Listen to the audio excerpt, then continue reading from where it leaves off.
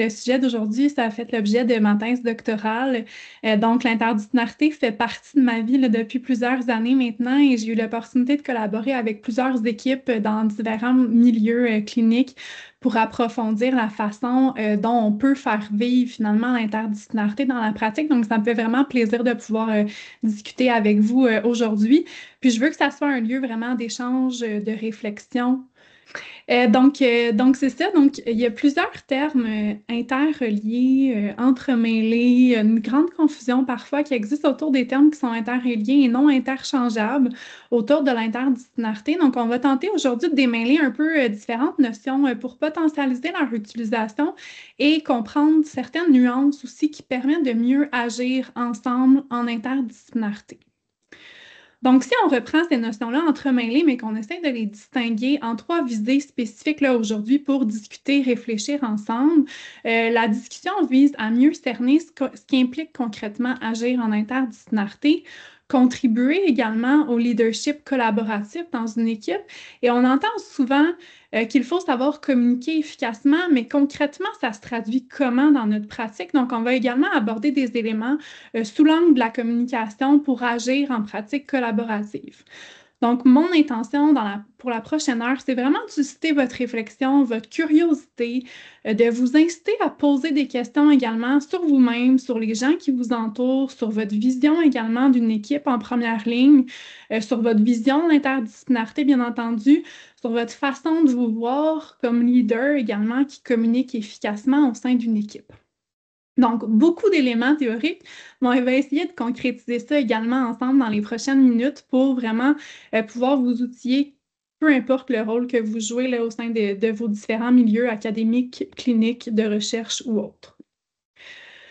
Donc, dans une équipe, chaque intervenant est unique. Donc, on a tous notre couleur, un rôle, des activités réservées, on a notre personnalité, bien entendu aussi, on a des intentions qui nous distinguent, mais parfois, ces couleurs-là se mélangent. Il y a des croisements, il y a des zones partagées, puis pour poursuivre l'analogie ici, il y a des zones plus colorées parfois où nos expertises se rencontrent, et c'est dans ces espaces-là que peut émerger l'interdisciplinarité.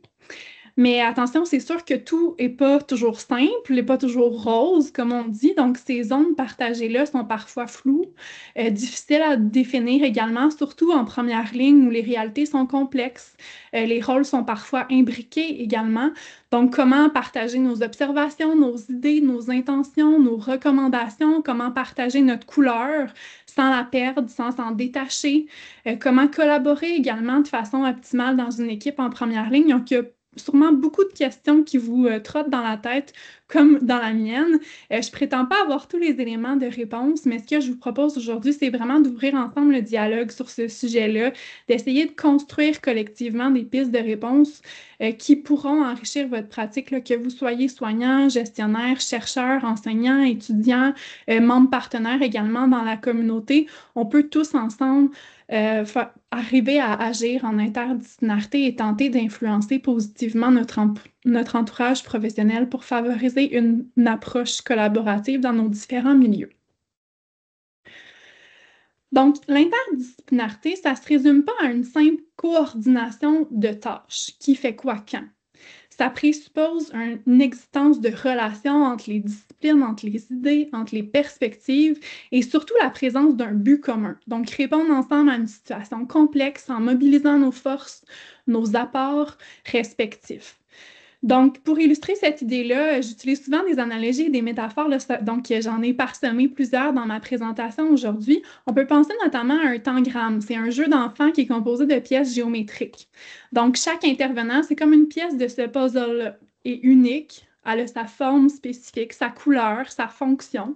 Et en les assemblant intelligemment, on peut créer une image cohérente, riche et complète. Les zones où les pièces se touchent, ça représente ces espaces partagés-là, parfois flous, mais essentiels à l'interdisciplinarité. Donc, l'espace inter devient alors un lieu d'échange, de coopération, d'interaction, où ça se développe une réflexion finalement qui permet de relier différentes idées, perspectives et savoirs à un tout qui est cohérent. Pour agir en interdisciplinarité, il faut apprendre à naviguer dans cette zone de chevauchement, cette zone partagée-là, où rien peut être blanc ou noir, vrai ou faux, toi ou moi. On forme un tout, on forme une équipe. Et la première étape, c'est cette reconnaissance-là de notre rapport, de notre complémentarité et de cette zone de chevauchement-là, de cette zone de partage. On doit donc s'engager dans cet espace inter-là. On ne sait pas de prime abord ce que ça va ou ce qu'on peut en ressortir, mais il faut faire preuve d'ouverture envers les autres, collaborer, négocier, apprendre des autres également, accueillir et tolérer alors l'ambiguïté, reconnaître la richesse des expertises dans toute leur diversité pour arriver à construire ensemble une vision, une mission, un but afin de répondre à une situation et accompagner que ce soit une personne, une famille, une communauté dans un contexte spécifique. Donc, en reprenant l'analogie ici du puzzle de Tangram, ensemble, on peut représenter quelque chose de beaucoup plus grand que la somme de nos parties pour répondre à ces situations-là. Donc, offrir des soins de qualité, accompagner les personnes, les familles, les communautés selon le contexte.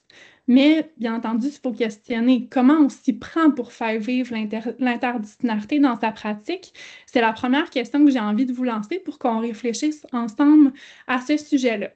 J'ai créé un WooClap, puis je vais vous mettre le lien de partage dans le chat ici pour vous inviter à y répondre. Donc, vous pouvez cliquer sur ce lien ou vous pouvez également utiliser le code QR que voici. Pour répondre à cette première question-là, quels sont selon vous les éléments essentiels ou précurseurs pour agir en interdisciplinarité?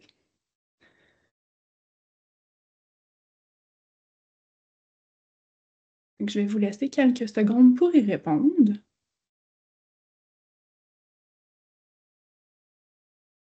Génial, ça fonctionne. Je vous remets le code QR si jamais vous en avez besoin.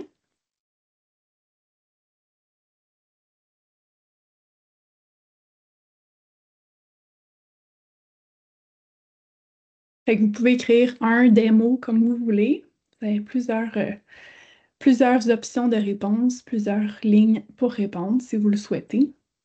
Je vais afficher les réponses dans quelques instants.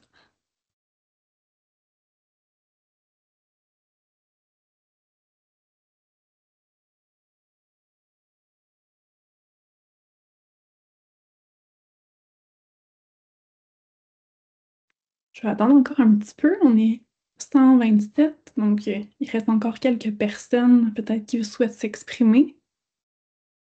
Je vous laisse un petit 15-20 secondes encore.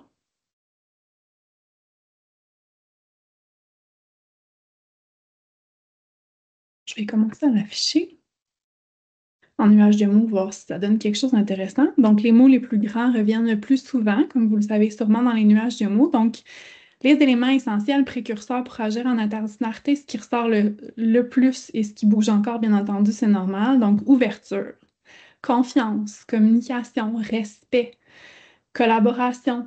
J'ai vu partager, j'ai vu connaître, j'aime bien, expertise, profession, volonté. Donc, il y a énormément d'idées ici. Expliciter ses intentions que je vois en plus petit, mais qui est très intéressant aussi. Respect des rôles, des limites. Donc, super. Donc, ce que je vais discuter avec vous, comment je vais l'apporter, ça s'inscrit vraiment en cohérence avec vos idées, avec votre vision également. Donc, je pense qu'on va se rejoindre sur cet angle-là. Puis c'est toujours intéressant en tout cas, je suis quelqu'un de très visuel, donc j'aime bien le représenter de façon visuelle comme cela pour vraiment amorcer la discussion, puis mettre des mots également sur ce qui est essentiel pour arriver à agir en interdisciplinarité. Donc, on le sait, dans un contexte de soins interdisciplinaires, les professionnels adoptent une approche qui est systématique, qui est intégrée, ils travaillent autour d'un objectif commun. On l'a vu ici, but commun ressort à plusieurs endroits. Donc, les décisions d'évaluation, de traitement sont prises en concertation avec les autres intervenants. Donc, il y a vraiment une coopération qui est observable. On voit vraiment échange, coopération, travail d'équipe dans les mots qui ressortent également. Puis, ben, pour que l'approche se vivre pleinement. Par contre, parfois, il faut un changement de culture dans les milieux. Il faut promouvoir également activement la coopération, l'ouverture, la tolérance à l'ambiguïté, à la diversité des points de vue. Donc, c'est des éléments également qui ressortent dans ce que vous avez souligné. Il faut également décloisonner les pratiques. Donc, en dépassant les consultations indépendantes entre les intervenants, mais vraiment promouvoir un partage réel des responsabilités, des décisions cliniques également autour des différentes situations qu'on rencontre. Donc, on le sait, en première ligne, chaque intervenant, chaque professionnel a ses priorités, que ce soit une infirmière, un médecin, un pharmacien, un physiothérapeute, un ergo, travailleur social, nutritionniste, psychologue, intervenant psychosocial, tout le monde autour de la table a ses idées, ses perspectives, ses priorités et comment on fait fonctionner tout ça ensemble sans que des actions, des interventions se contredisent ou s'éloignent également de la réalité vécue par la personne. C'est ce qui a un peu animé comme questionnement, comme réflexion, mes travaux et les projets que je fais avec différentes équipes de soins pour vraiment amener l'interdisciplinarité sous un angle un peu plus individuel, plus personnel à chacun. Donc, relier vraiment au développement professionnel de chaque intervenant et non seulement parler de l'interdisciplinarité en termes de regard tourné vers l'équipe au sens large. Donc, vraiment, chaque individu, chaque intervenant fait partie d'une équipe et peut avoir une influence, une incidence sur celle-ci. Donc, c'est vraiment le regard que j'ai amené dans mes projets et dans les publications là, qui vont suivre prochainement sur ce sujet-là pour vraiment amener la notion d'interdisciplinarité différemment et vraiment tourner d'un point de vue de développement professionnel. Donc, dans le cadre de mon projet doctoral, j'ai mené une recherche en théorisation ancrée auprès d'infirmières afin de mieux comprendre leur vision de l'interdisciplinarité. Et ce qui en est ressorti, c'est profondément humain et réflexif selon ma perspective. Là, et vous pourrez me le dire ultimement à la fin de notre rencontre. Mais agir en interdisciplinarité, c'est pas simplement travailler côte à côte. C'est développer une posture, une façon d'être, de penser, d'agir qui se construit dans la pratique, au fil de notre formation également, mais qui se construit beaucoup dans la pratique au fil des expériences, des interactions qu'on vit. Donc, dans le cadre de mon projet, une des personnes participantes s'est exprimée ainsi. Elle a dit: l'interdisciplinarité, c'est ta posture intellectuelle, éthique et réflexive. C'est l'état d'esprit que tu développes dans les situations que tu vis et qui te semblent complexes à surmonter seul. Une autre personne participante a ajouté, dans un autre entretien, c'est ta posture, c'est ta façon d'être et d'agir dans les situations qui se développent tout au long de ta pratique. Elle a dit: je suis infirmière, j'ai un grand rôle auprès des personnes soignées et des proches, mais j'ai aussi des limites à mon rôle. Et il y a d'autres professionnels de la santé qui ont aussi leur créneau. Et face à une situation, il faut commencer à penser à comment on peut arrimer toutes les connaissances et les expertises de chacun. Donc, ces témoignages-là m'ont amené à concevoir que, comme intervenant, on développe une posture interdisciplinaire au fil de notre pratique. Donc, une façon d'être, de penser qui nous permet d'agir autrement, de répondre aux situations complexes en visant un objectif commun. Puis je l'ai défini, cet objectif commun-là, d'un point de vue large, parce que, bien entendu, dans chacun des milieux, dans chaque situation, il y a différentes couleurs et différentes nuances, bien entendu. Mais d'un point de vue global, notre objectif commun, c'est de favoriser l'accompagnement des personnes et de leurs proches. C'est d'optimiser les soins qui sont offerts. Et c'est ça la visée de notre posture interdisciplinaire et de son développement, finalement. Donc, cette posture interdisciplinaire-là, dans le cadre de mes projets, j'en suis venue à essayer d'expliciter les composantes qui la façonnent, qui permettent de la faire vivre. Donc, cette posture-là repose sur 4 composantes essentielles, qui tout d'abord est la réflexion. Donc, réfléchir, c'est prendre du recul sur sa pratique, reconnaître ses limites, reconnaître ses biais également. C'est aussi apprendre à penser autrement. Comme une de mes personnes participantes a dit, elle a dit: on apprend des autres et avec les autres. Chaque situation nous fait ouvrir de nouveaux horizons. On va un peu plus loin que notre terrain disciplinaire. Donc, de vraiment réfléchir individuellement, réfléchir collectivement également, dans la mesure du possible, selon les contextes cliniques, selon la réalité des milieux. La deuxième composante de notre posture, c'est la reconnaissance. Reconnaître les expertises des autres, leur vision, leur langage. C'est accepter aussi que notre rôle, aussi important qu'il soit, ne suffit parfois pas à répondre seul à la complexité des situations des personnes et des proches. Dans l'aspect de reconnaître, il y avait également toute la notion de reconnaître son rôle, de vraiment s'assurer de bien le définir, de bien se l'approprier, notamment dans un contexte de formation de la relève, pour vraiment pouvoir après le partager aux autres, le communiquer, s'exprimer en reconnaissant notre propre rôle, notre propre apport, pour ensuite pouvoir se tourner vers les autres et reconnaître leur apport, reconnaître leurs contributions respectives. Donc, sans surprise, la troisième composante, c'est la communication.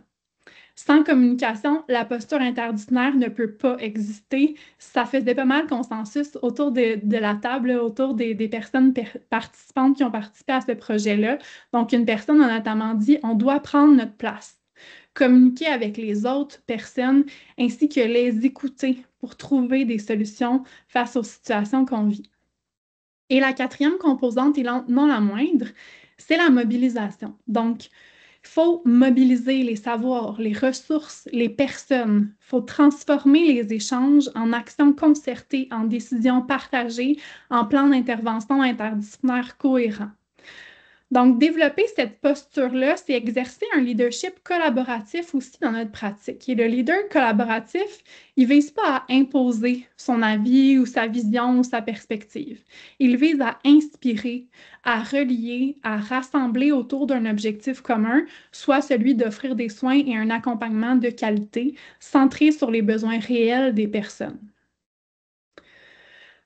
Donc ensuite, le deuxième sujet, comme je vous l'avais dit d'emblée, c'est de parler de contribuer au leadership collaboratif. Puis pour représenter le leadership collaboratif, encore là, je vous avertis, j'utilise beaucoup d'analogies et de métaphores, je suis très imagée.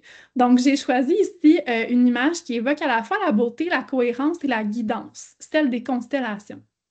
Donc par exemple, la grande ours. Chaque étoile qui la compose, elle brille de façon unique, avec sa propre intensité, sa propre position, mais ensemble, en constellation, elles prennent tout leur sens. Elles forment un repère, une figure qui nous guide dans l'obscurité, qui nous oriente. Donc, le leadership collaboratif, ou aussi certains écrits l'appellent leadership partagé, c'est exactement ça. Donc, chaque professionnel, chaque intervenant apporte sa lumière, son expertise, sa voix. Et c'est dans cette mise en commun-là, dans cette cohérence collective-là, que naît une force capable de transformer les milieux de soins. Donc, agir avec sens et cohérence, c'est reconnaître notre influence qui ne dépend pas d'un rôle hiérarchique, mais de notre capacité à communiquer ensemble, à avoir une vision commune, à se tourner ensemble vers un même objectif dans notre pratique. Et le leadership collaboratif, bien, ça ne repose pas justement sur le pouvoir, ça repose sur la confiance. La confiance en soi, la confiance en l'autre, sur l'intégrité également, l'authenticité, sur la capacité à communiquer, à dialoguer, sur notre volonté, notre engagement à construire ensemble et sur le fait de connaître et de reconnaître l'apport de chacun, qui inclut aussi la personne soignée et ses proches, qui font aussi partie de l'interdisciplinarité. Et c'est là que les quatre composantes de la posture interdisciplinaire prennent tout leur sens. Donc, de réfléchir à sa propre posture, à son propre rôle et à celui des autres. De reconnaître les expertises, les limites de chacun, incluant les nôtres. De communiquer pour clarifier, pour ajuster, pour co-construire ensemble et se mobiliser. Donc, mobiliser les forces collectives pour répondre aux besoins réels des personnes et de leurs proches. Et c'est alors, si on fait un lien avec l'image ici, qu'on peut créer des ponts, qu'on peut assembler des éléments ensemble, des idées, des perspectives pour penser, pour agir autrement, pour donner du sens dans les situations qu'on rencontre. Donc, à ce point-ci, j'ai assez parlé. Je vous fais encore participer. Et je vous invite à réfléchir maintenant à une deuxième question. Dans votre pratique, comment vous prenez part ou comment vous exercez, vous pourriez exercer un leadership collaboratif? On est ici. Oups, ben voyons. Je m'en viens là. C'était le même lien que tout à l'heure. Je vais le fermer pour avoir accès à vos éléments de réponse.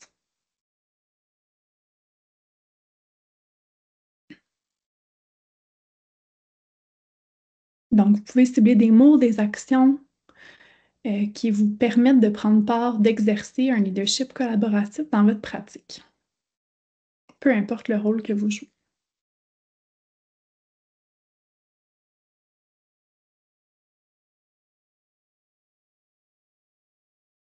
Puis vous pouvez utiliser le même hyperlien là, qu'il y a dans le chat, comme tout à l'heure.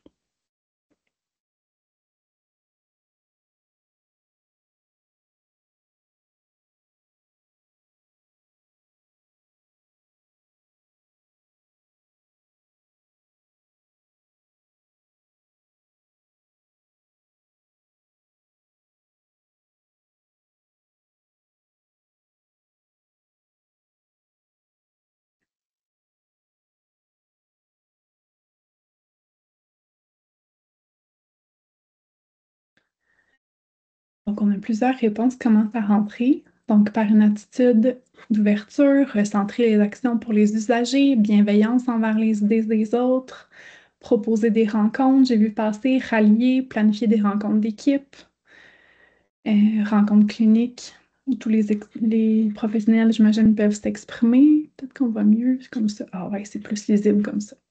S'intéresser, co-construction, s'assurer d'avoir tous les joueurs autour de la table avant d'élaborer un plan de match, effectivement. Recentrer les actions pour les usagers par une attitude d'ouverture.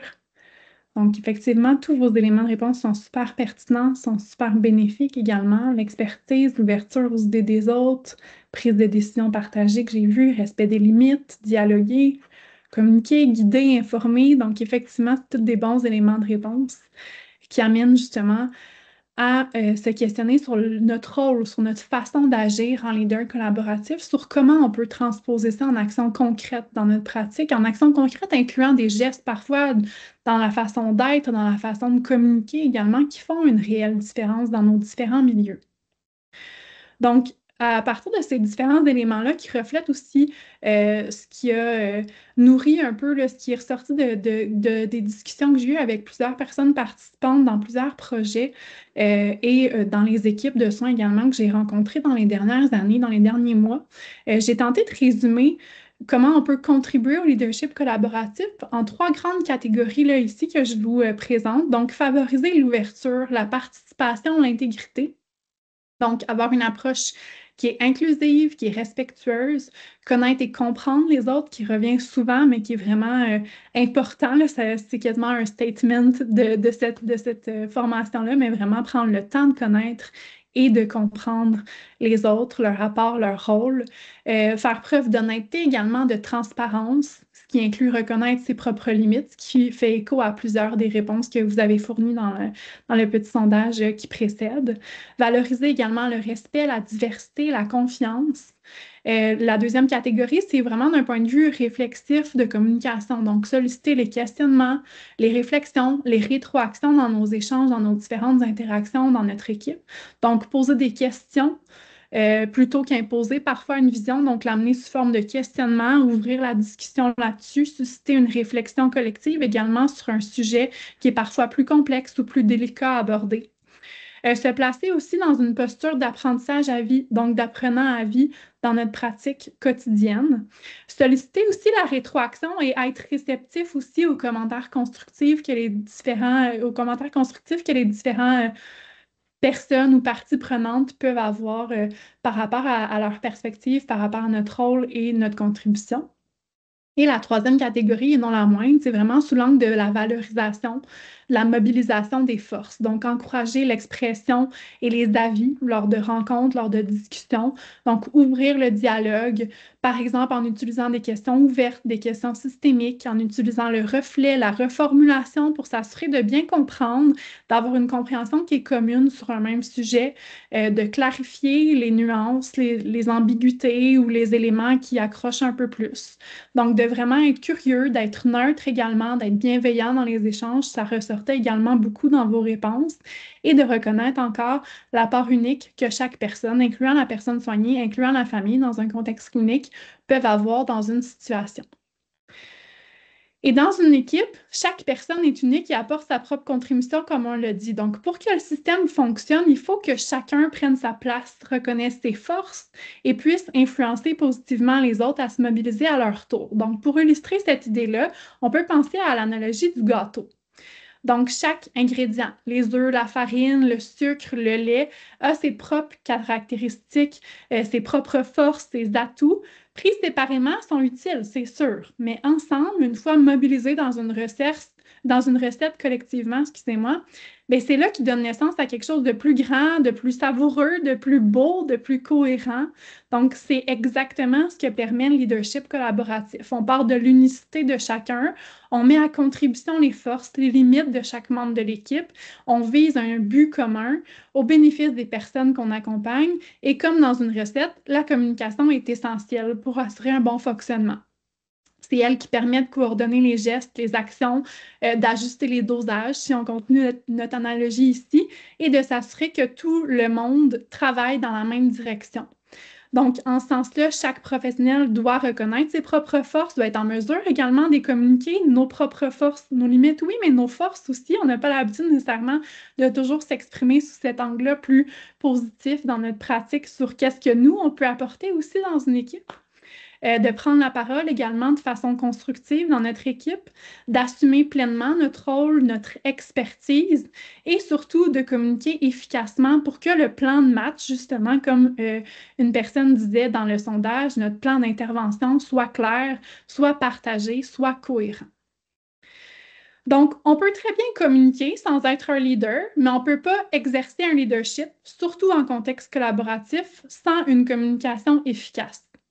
Et c'est là que réside toute la dynamique interreliée de la communication, du leadership collaboratif, de l'influence constructive et des actions concertées. Ces éléments-là ne fonctionnent pas en silo. Ils s'alimentent mutuellement, ils se renforcent, ils permettent de mobiliser les équipes, notamment en première ligne, autour d'un objectif commun en tenant compte des forces de chaque personne assise autour de la table, comme dans l'image ici. Et il y a une citation, un petit passage d'un écrit de Weber que j'apprécie beaucoup, qui reflète un peu cette importance-là de la communication que je vais vous lire ici.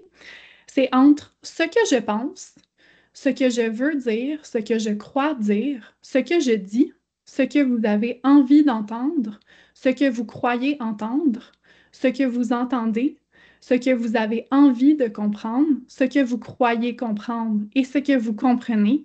Il y a 10 possibilités qu'on ait des difficultés à communiquer, mais essayons quand même.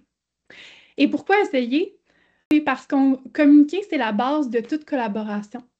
Donc, ce texte-là de Weber là, que je vous ai récité, ça illustre bien à quel point la communication est complexe, fragile, mais aussi incontournable. Donc, dans nos pratiques professionnelles, agir en interdisciplinarité, ça exige plus que juste un échange d'informations. Ça demande d'être outillé, d'être conscient des obstacles, des défis, des enjeux, être capable de communiquer efficacement pour construire une compréhension commune pour éviter les malentendus, pour collaborer réellement autour des besoins des personnes et de leurs proches en contexte clinique. Donc, la communication, c'est un savoir-agir complexe qu'on développe continuellement, autant dans nos vies professionnelles que personnelles. Donc, la communication, elle est présente partout, tout le temps. Parfois, elle est loin d'être simple aussi dans certains contextes. Et dans tout contexte, il est crucial de rester attentif à la manière dont on communique. Certains messages sont porteurs de sens, d'autres sont parfois ignorés ou mal interprétés ou déclenchent des réactions parfois inattendues aussi dans certains contextes. Parfois, un message parvient à mobiliser, à influencer, parfois il laisse indifférent aussi, mais peu importe cette réaction qui est suscitée par un message ou l'absence de réaction, ça communique quand même quelque chose. Et à partir de cette réaction-là ou cette rétroaction-là, on peut ajuster notre communication, on peut agir autrement, exercer notre pouvoir d'influence. Et on parle souvent, en ce sens-là, de communiquer efficacement. Mais concrètement, qu'est-ce que ça veut dire communiquer efficacement? Je vous propose 10 tests pour essayer de un résumé un peu cette communication efficace-là pour influencer, pour passer à l'action dans nos pratiques. Excusez-moi. Donc, le premier C, c'est la clarté. Une communication qui est claire, c'est utiliser un langage simple et structuré, clarifier les termes aussi pour éviter les malentendus. Parfois, entre les disciplines, entre les professions, entre les personnes autour d'une table, on n'a pas nécessairement la même vision, la même interprétation d'un mot. Donc, c'est vraiment important parfois de clarifier les termes, de clarifier euh, certains messages, aussi certains mots utilisés pour éviter ces malentendus-là et vraiment rendre le tout le plus clair, limpide possible lorsqu'on communique. Le deuxième C, c'est une communication qui est concise. Donc, aller à l'essentiel, aller droit au but. Un message simplifié peut parfois être plus percutant. Une communication également qui est confiante, donc communiquer avec assurance, être conscient de son langage aussi non verbal dans nos échanges. On porte parfois beaucoup d'attention, d'intention aussi derrière les messages communiqués verbalement et on oublie ce que peut communiquer notre expression, notre posture non verbale. C'est important aussi de porter une attention particulière à notre langage non verbal pour assurer qu'il témoigne de notre confiance aussi dans nos échanges. Une communication qui est crédible. Donc, valoriser son rôle tout en reconnaissant celui des autres, communiquer de façon rigoureuse également dans un contexte professionnel. Communication qui est convaincante, donc adapter son message à l'interlocuteur. Clarifier également ses intentions derrière un message communiqué, ça permet de convaincre, d'inspirer, d'influencer aussi. Et le dernier C, et non le moindre, c'est une communication qui est collaborative. Donc, communiquer pour co-construire des solutions. Donc, ne pas imposer encore une fois ses idées, mais vraiment l'apporter sous l'angle de questionnement, de réflexion. Donc, poser des questions, mobiliser les forces de chacun, inciter à en discuter, à ouvrir le dialogue, à co-construire ensemble des éléments de réponse. Et là, peut-être que vous en venez à un point là, dans ce que je vous ai apporté où vous vous dites, OK, c'est beau, ces notions théoriques-là, mais concrètement, dans la réalité, comment ça peut se traduire? Et comment on peut outiller, que ce soit des équipes ou la relève, pour mieux collaborer et agir en interdisciplinarité? Je vous partage ici certains des éléments que je travaille dans des projets avec différentes équipes et dans des échanges que j'ai en classe, notamment avec la relève en contexte universitaire, qui peuvent peut-être vous inciter à faire de même ou à vous inspirer de ça pour faire autrement dans vos pratiques et essayer de s'outiller collectivement pour mieux collaborer et agir en interdisciplinarité. Donc, en premier, je vous partage un exemple d'atelier interactif que j'ai fait que je fais avec des étudiants universitaires dans différents contextes, que je fais aussi auprès d'équipes de soins que j'ai faites notamment dans différents GMF des équipes de soins de GMF, excusez-moi. Cette activité-là avait été organisée l'an dernier par des gestionnaires d'un secteur dans un CIS XYZ que je n'aimerais pas, mais où les gestionnaires avaient vraiment observé plusieurs tensions, conflits en lien justement avec ces zones de chevauchement-là dans les pratiques professionnelles, dans le quotidien en première ligne et avaient cru bénéfique lors d'une réunion annuelle de justement faire un atelier interactif où ils m'ont invité et où on a fait un peu que je vous présente ici, pas exactement la même chose, mais ce qui s'en est inspiré. Et j'ai cru intéressant de vous le présenter aussi, là, ces grandes lignes-là de l'atelier, pour concrétiser un peu plus ces notions-là théoriques que j'ai abordées, rendre le tout accessible, plus vivant aussi dans la pratique. Donc, l'atelier que j'ai créé avait pour but de clarifier les rôles, d'identifier les zones de tension, les zones partagées justement dans diverses situations fictives, d'identifier les priorités aussi pour co-construire un PI, donc un plan d'intervention interdisciplinaire, et proposer des stratégies de communication collaborative qui veulent être efficaces. Donc, par exemple, là, je vous partage des situations dans mon atelier que je fais avec des étudiants universitaires où il y a des situations en CLST, donc une personne, par exemple, âgée en perte d'autonomie. On a un bref contexte qui est mis en place, les intervenants qui sont impliqués dans la situation et un ou des défis autour justement des notions de collaboration et d'interdisciplinarité dans ce contexte-là. J'ai d'autres situations, notamment en suivi à domicile, soins palliatifs, en suivi postpartum aussi, une jeune mère en situation de précarité, de vulnérabilité. Donc, vraiment d'amener différents contextes cliniques où après on fait un retour réflexif, un retour en plénière et on peut exposer ces différents contextes et différentes réalités-là qui sont uniques, bien entendu, et qui apportent différents éléments de réponse qui sont complémentaires de part et d'autre lorsqu'on fait cette activité-là puis qu'on co-construit avec des étudiants, notamment là, dans un contexte universitaire. Mais comme je vous dis, on a fait un peu le même exercice en contexte clinique avec des équipes où on s'est vraiment assis et on a approfondi des situations, des cas pour clarifier ces zones grises-là, ces zones de tension, ces zones partagées, puis arriver à identifier des priorités, co-construire ensemble un plan d'intervention, puis des stratégies pour rendre le tout le plus efficace possible. J'ai décidé également de vous partager un peu là, des exemples de questions que je pose. Là. Fait que je vous l'ai mis en image ici, un exemple d'atelier que je fais notamment auprès de la relève en contexte universitaire et où les questions que les différents groupes d'étudiants sont invités à répondre. Et j'ai fait, comme je vous dis, un peu le même exercice dans un contexte clinique auprès des équipes en GMF et où les équipes devaient un peu clarifier les rôles. Donc, quel est mon rôle dans la situation qui est présentée et le rôle des autres? Donc, on en est vraiment à communiquer les différents rôles de chacun. Il y avait des questions également autour de favoriser une communication collaborative qui se veut être efficace, s'engager aussi dans une démarche interdisciplinaire. Puis, il y avait également une dernière question réflexive à la fin là, qui leur était posée. Quel premier pas puis-je poser en tant que professionnel de la santé pour m'investir activement dans une démarche interdisciplinaire?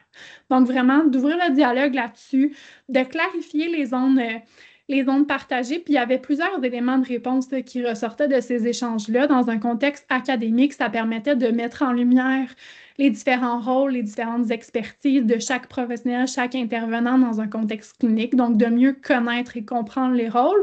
Mais c'était également vrai auprès des équipes cliniques où parfois, on arrivait à démystifier les rôles de chacun, que oui, on travaille côte à côte au quotidien, on se connaît, mais est-ce qu'on comprend vraiment, est-ce qu'on peut clarifier le rôle de chacun, l'expertise, sous quel angle chaque personne peut contribuer? Parfois, c'est un peu flou, donc c'est intéressant cet exercice-là en ce sens-là et d'arriver à identifier des stratégies pour favoriser une collaboration interdisciplinaire qui se veut être efficace. C'était également intéressant de vraiment arriver à nommer, par exemple, la reconnaissance mutuelle des rôles, des expertises, de la mobilisation, l'exercice justement du leadership collaboratif, de coordonner les actions pour éviter de se dédoubler aussi ou de se contredire dans la pratique auprès des personnes soignées, auprès des proches dans un certain contexte, donc de mobiliser les différentes forces.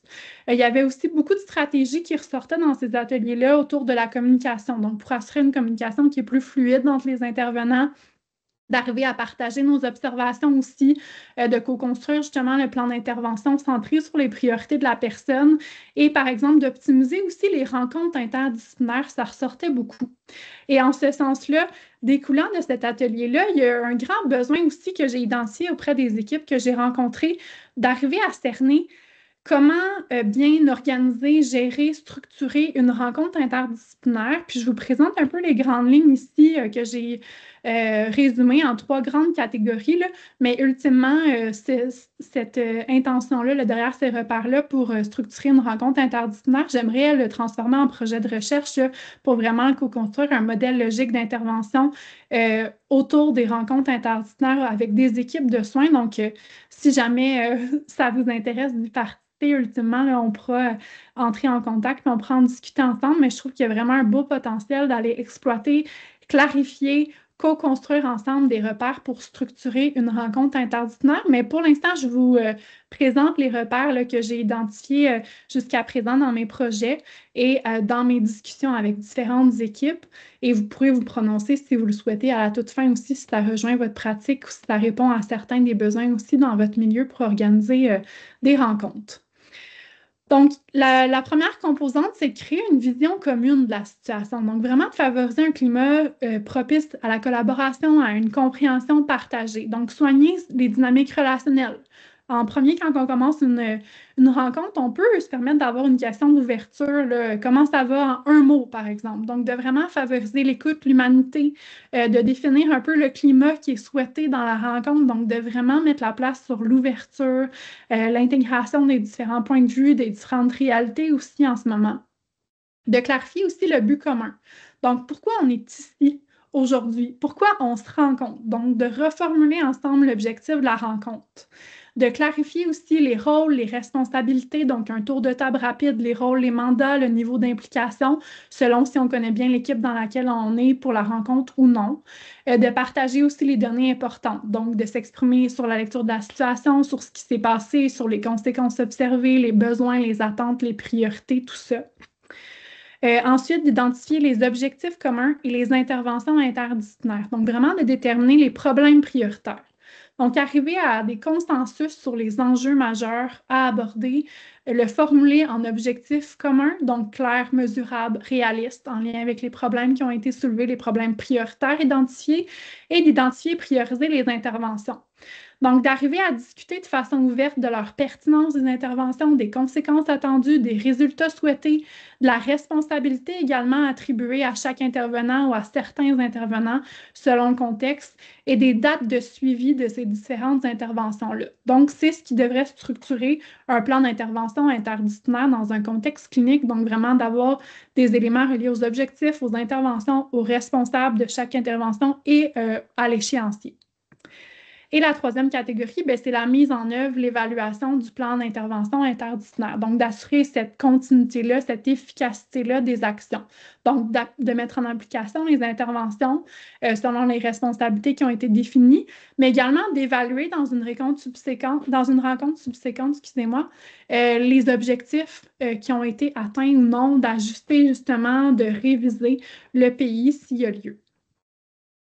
Donc, je vois le temps qui file là, pour terminer, là, puis je sais que je vous ai fourni beaucoup d'informations, donc je resterai disponible également de façon asynchrone ou dans une autre rencontre si vous souhaitez aborder un peu plus, approfondir certains sujets que j'ai abordés aujourd'hui. Mais à titre de synthèse, j'ai créé cet outil-ci que vous allez avoir sur le site de l'Institut en format PDF pour résumer un peu les idées qui sont partagées en termes de repères pour collaborer, pour agir en interdisciplinarité. Donc, vraiment, l'outil est organisé selon les quatre grands axes, les quatre grandes composantes de la posture interdisciplinaire que je vous ai présentées. Donc, réfléchir à sa pratique, reconnaître les rôles et contributions, communiquer efficacement et mobiliser les forces de chacun, incluant les nôtres, bien entendu. Et dans le bas à gauche de l'outil, vous allez retrouver un aide-mémoire aussi sous forme de questions réflexives pour guider sa pratique dans une posture interdisciplinaire. Donc, ça peut être des questions intéressantes à aborder dans votre propre pratique ou à partager également dans un contexte d'équipe comme réflexion. Et pour conclure, il est important de se rappeler que personne ne sait tout et que tout le monde sait quelque chose. Donc, le savoir est dans la mise en commun, dans la mobilisation collective. Donc, agissons tous ensemble, croyons en l'intelligence collective, mobilisons-nous, exerçons notre leadership collaboratif, communiquons efficacement, agissons en interdisciplinarité afin d'offrir des soins de qualité et assumons notre diversité dans nos couleurs, nos rôles respectifs pour potentialiser nos soins et notre accompagnement. Donc, merci beaucoup de votre écoute.